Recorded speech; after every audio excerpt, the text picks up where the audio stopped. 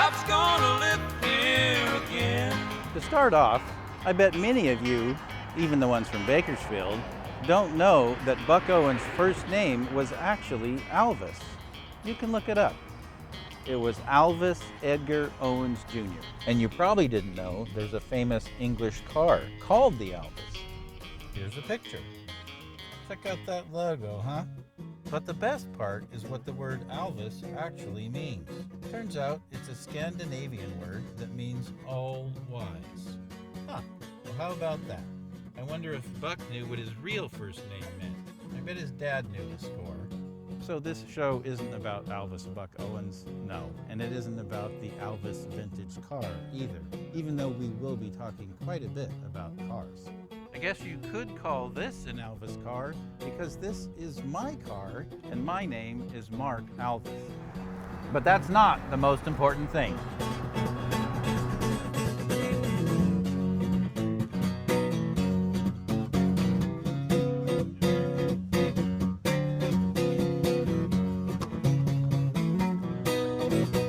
Have you seen the movie This Changes Everything? If you haven't, please put it on the top of your list. It's been over a year since the last time I saw it, and I'm looking for some inspiration. I know it may seem silly when it comes to fighting the behemoth that is climate change, but I think to get through this, we're going to need to sing and laugh and dance a whole lot more. If we dwell entirely on how bad the situation is, we face the possibility of becoming overwhelmed by anxiety and paralyzed by depression. Now, I know that throwing a party takes energy too. So about 10 years ago, I started building what others have called a carbon-neutral tool of happiness. I call it the solar-powered mobile party. The solar-powered mobile party is a mobile stage complete with lights, a PA system, and a 24-foot movie screen. We can go anywhere, without noise, without pollution, without plugging in. We've worked with cities all over the valley, with schools and churches and other organizations. We've done benefit concerts and fundraisers, and worked a lot with the California Highway Patrol on their Every 15 Minutes program. The best part is that all of this fun is powered by the sun.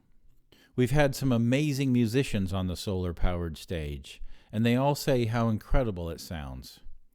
The technical explanation for this is that electricity provided by the battery system is super clean, so it makes amps and speakers sound really good. I think it's kind of like eating organic food, in that it not only tastes better, but you feel better doing it. It really does matter how something is made, whether it's a red-hot chili pepper or some red-hot blues. Fresh fish all day, scales on fins and gills. Even though Laura has lived in California for many years, her German roots give us insight into how the rest of the world views the issue of climate change. And just like her grandfather instilled the importance of nature in her, she has passed down the passion of caring for the planet to her kids.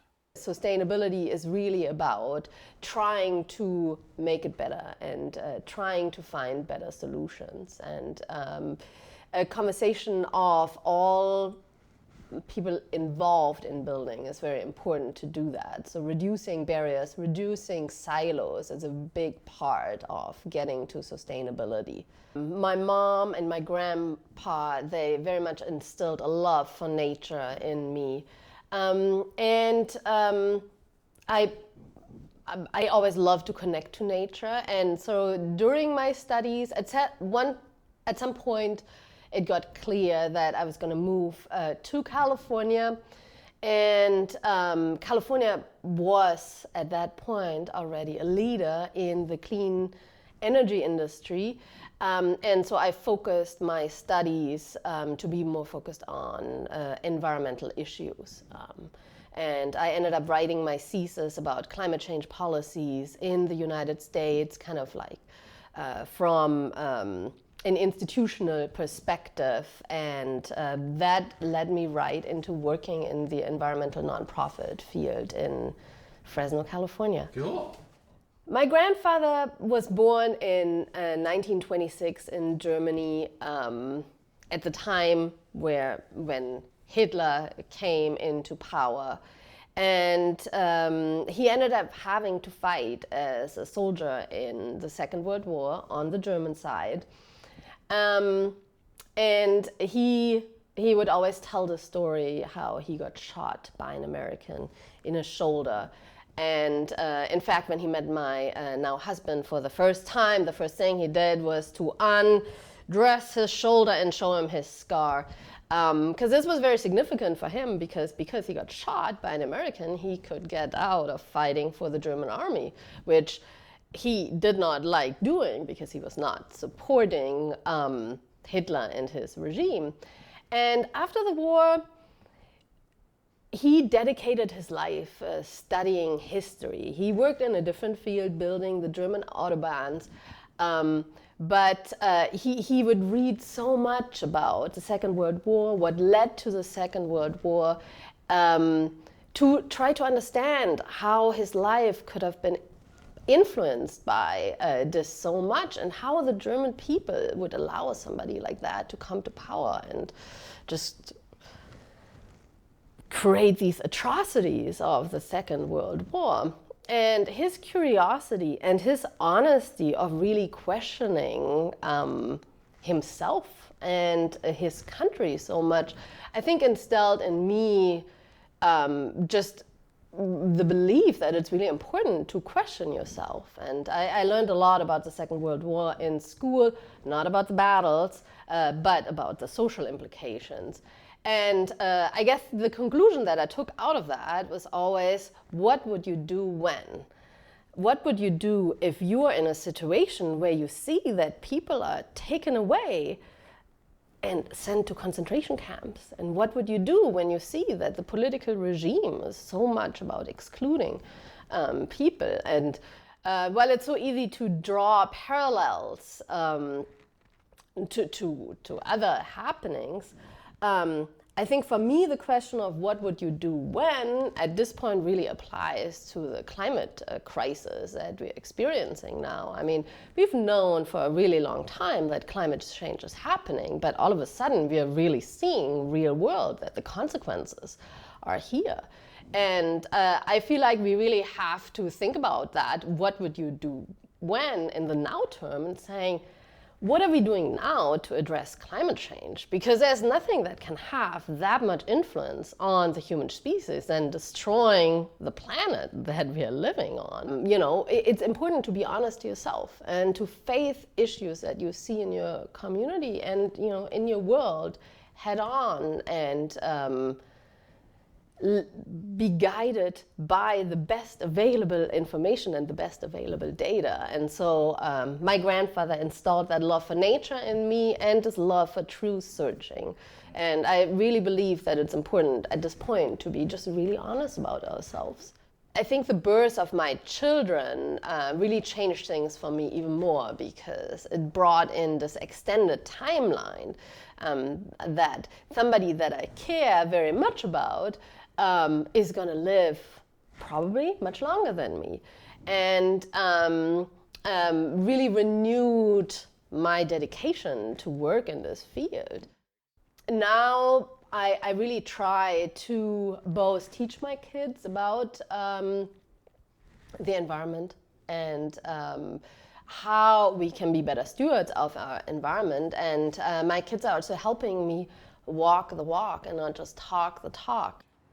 Are you ready for a bike ride this morning? Yes. When my daughter got into kindergarten, we started walking to school, and then the walk to school was a little bit long, so we started to bike to school. And we really got into this habit, not just because I was pushing, but because my daughter demanded it. She hates driving to school, and she really loved that independence of being on her bike and getting some exercise before going to school. Well, I'm going to ride to Timo's school, and then I'm going to get on the bus, Yeah. walk on my bike and go on the bus. Oh, I see. Because my school starts later than Timo's, 1 hour. Yeah. And so we just developed this habit of biking to school, walking if we cannot bike, And it's a really big part of our life now, of being together, being active, getting exercise together, which is a really important part, and not creating emissions while getting to school. Yeah, a hybrid car, Timo, has gas in it and has an electric motor too. Wow. What do you like about electric cars, Timo? They don't stink. Lillian. They don't stink, huh? Yeah, that's a good one. It helps us to avoid the traffic too, because there's a lot of traffic in front of schools in the morning when kids are getting dropped off, which is an added bonus. We realized that it doesn't take much longer at all to take the bike to school. And yeah, so it's a great aspect of our daily life that makes her feel better about herself and makes us feel like we're really trying to see what changes when you switch from take your car to using your bike. And I realized that it's really a lot of this like habit development. You just do things because you're in the habit of doing things. And when you try them out in a different way, well, that can work too. One thing that you can really see in cities that have more active transportation, there is a psychological component to that.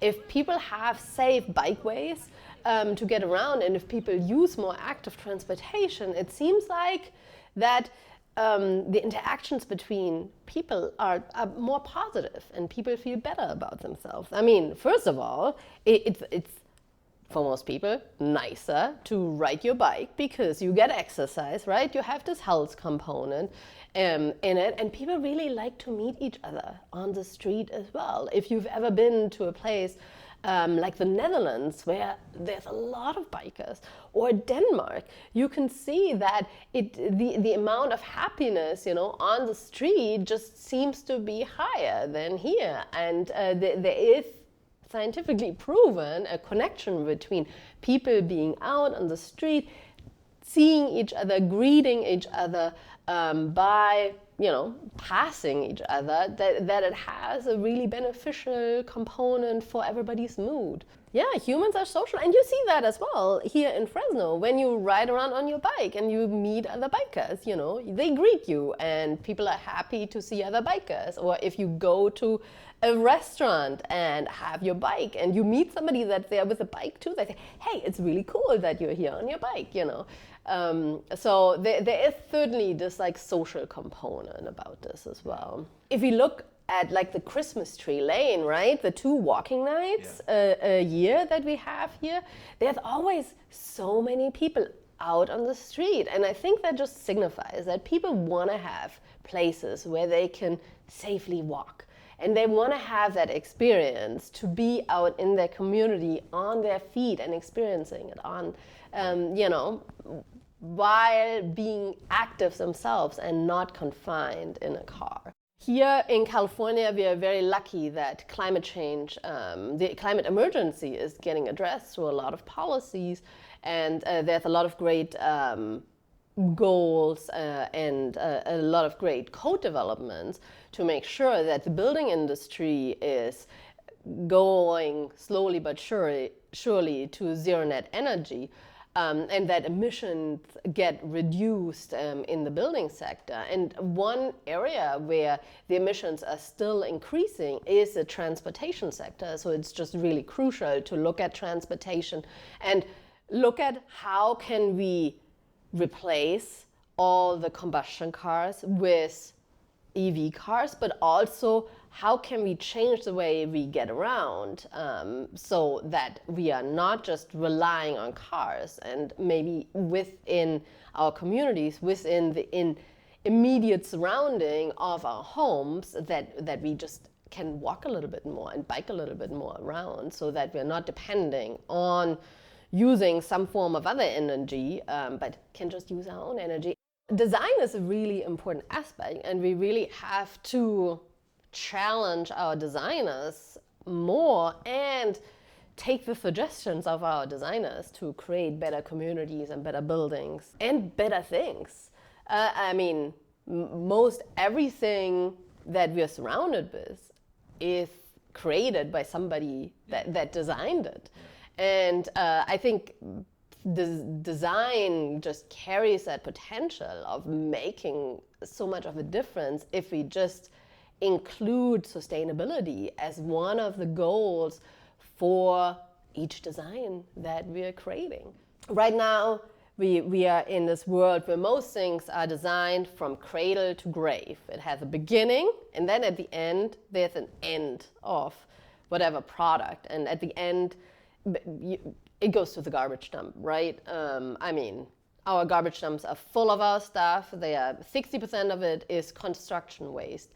And there is a design concept of cradle to cradle, that whatever you're designing, you have a beginning, and then at the end of its life cycle, it just goes back to the beginning. Here in Central California, we have UC Merced, which is the greenest university in the United States that is built green from the ground up. All their buildings by design are LEED certified.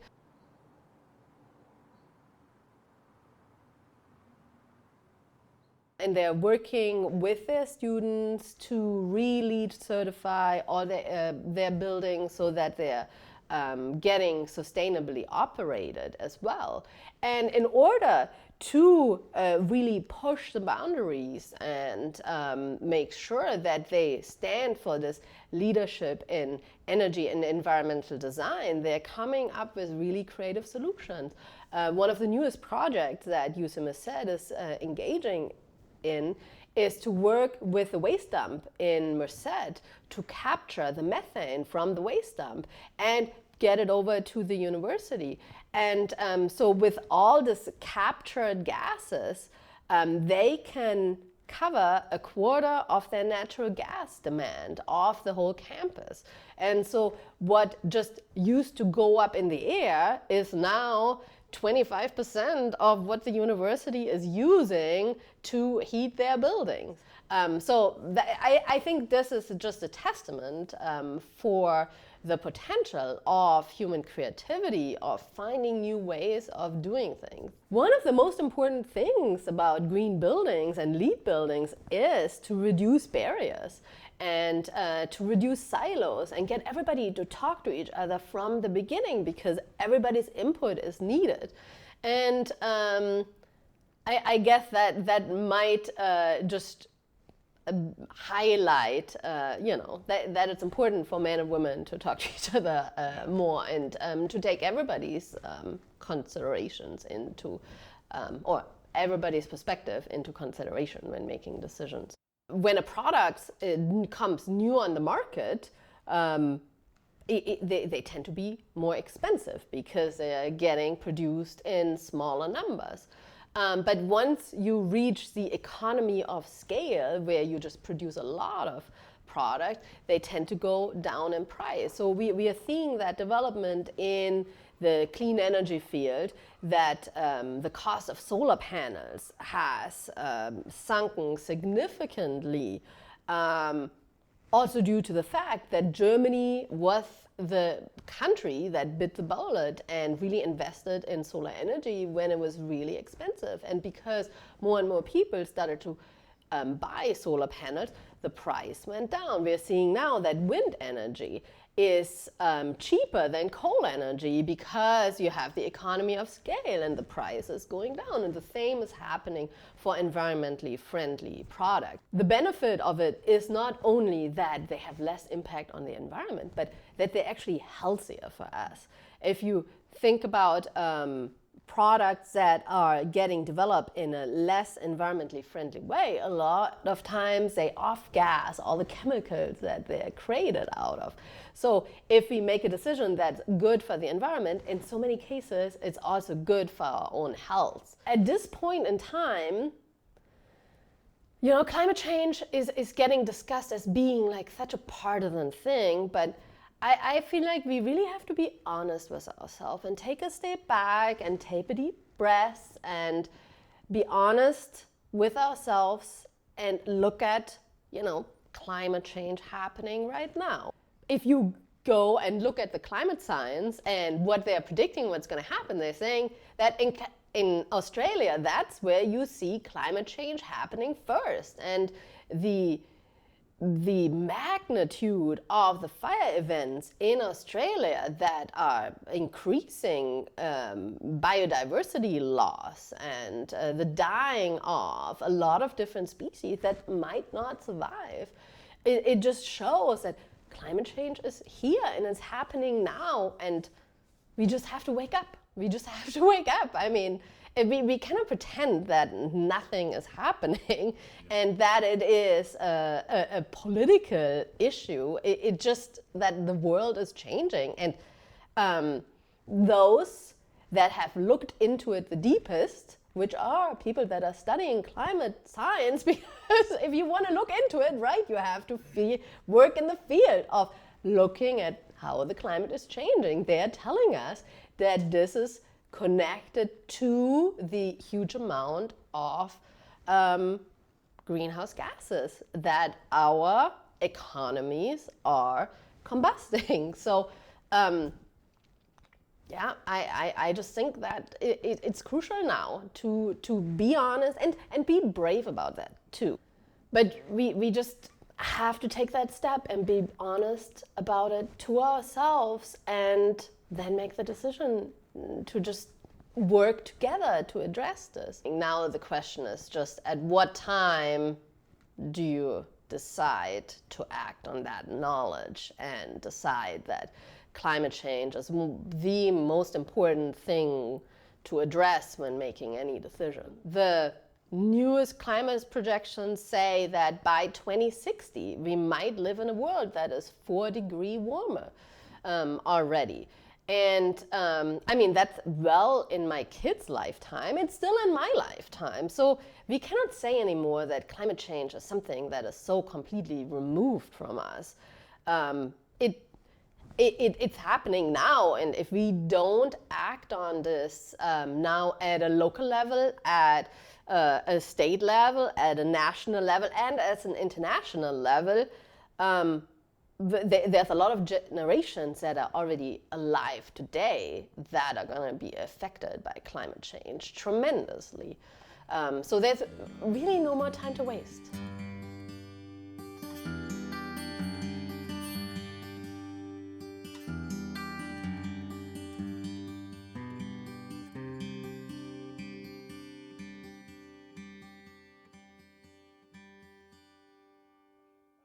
Here we go. 1, 2.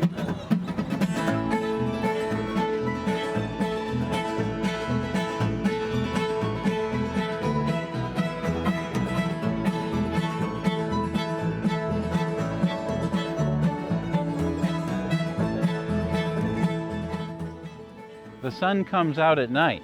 That's our slogan for the solar-powered mobile party.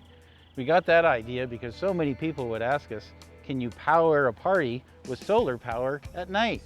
It's a good question because they think the panels are making the power instantaneously, but actually we're storing the power the panels are making in batteries inside of the trailer, and that allows us to power any normal electrical device, including amplifiers and mixers, speakers, projectors, all kinds of electrical stuff, and that's how it's done.